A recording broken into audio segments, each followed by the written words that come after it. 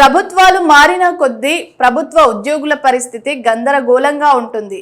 గతంలో 58 సంవత్సరాలకు ప్రభుత్వ ఉద్యోగుల రిటైర్మెంట్ ఇచ్చేవారు.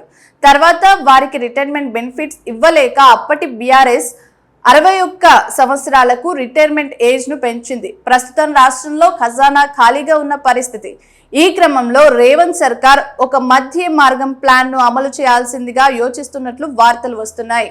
ప్రభుత్వ ఉద్యోగుల రిటైర్మెంట్ ఏజ్ ను ప్రస్తుతం ఉన్న 61 నుంచి 62కు పెంచాలని సమాలోచనలు జరుపుతున్నట్లు వార్తలు వస్తున్నాయి. ప్రభుత్వ వర్గాలు దీనిపై చర్చిస్తున్నాయి. ఒకవేళ ఏడాది పాటు రిటైర్మెంట్ ఏజ్ ను పొడిగిస్తే ప్రభుత్వంపై 9,000 కోట్ల వెసులుబాటు ఏర్పడనుంది. ఈ వార్తలపై వస్తున్న రూమర్స్ పై ప్రభుత్వం అధికారికంగా స్పందిస్తేనే ఓ క్లారిటీ వస్తుందని చెప్పొచ్చు.